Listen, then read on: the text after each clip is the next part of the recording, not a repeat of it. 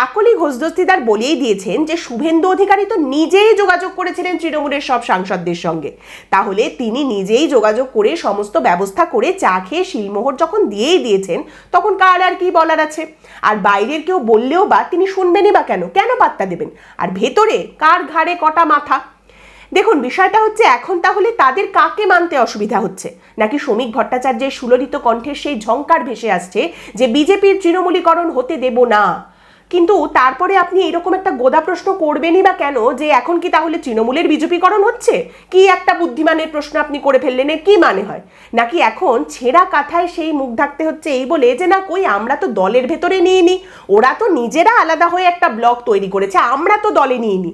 এখনো কি লজ্জার আবরণ এই যুক্তিটাই যে আমরা ওদের হাত ধরে পাশে বসিয়েছি কিন্তু দলের ভেতর কিন্তু নিইনি একেবারে?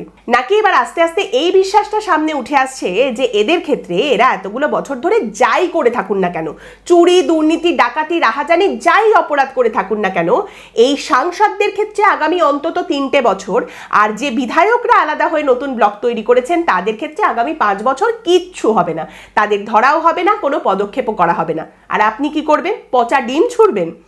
দেখুন, শুভেন্দু অধিকারী কিছুদিন আগে বলেছেন, বিগত সরকারের দুর্নীতির খতিয়ান দিতে গিয়ে বলেছেন যে আগের সরকার যা অবস্থা করে রেখে গেছে, যেখানে হাত দিচ্ছি সেখান থেকে পচা দুর্গন্ধ বেরোচ্ছে, এমন অবস্থা যে এবার তো আমাকে ব্রিগেডের ময়দানটাকে জেল বানাতে হবে।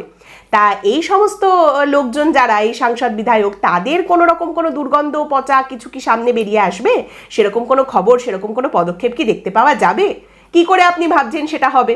এই যেমন দেখুন, বীরভূমের সব থেকে নোংরা যে দুর্নীতির নেক্সাসটা ছিল, মানে যাদের বিরুদ্ধে সব থেকে বেশি অভিযোগ ছিল, সেই চন্দ্রনাথ সিনহা, রাজেন্দ্র প্রসাদ সিং, কাজল শেখ, মোশাররফ হোসেন এবং বিধান মাঝি, এদের আমাদের রাজ্য সরকারের তরফ থেকে নিরাপত্তা আরো বাড়িয়ে দেওয়া হয়েছে, আরো বেশি নিরাপত্তা প্রদান করা হয়েছে তৃণমূল কংগ্রেসের এই নেতাদের। মানে কেউ যদি এদের কাছাকাছিও যেতে চান, ধূপধাপ টুপটাপ তারাই খেয়ে যাবেন।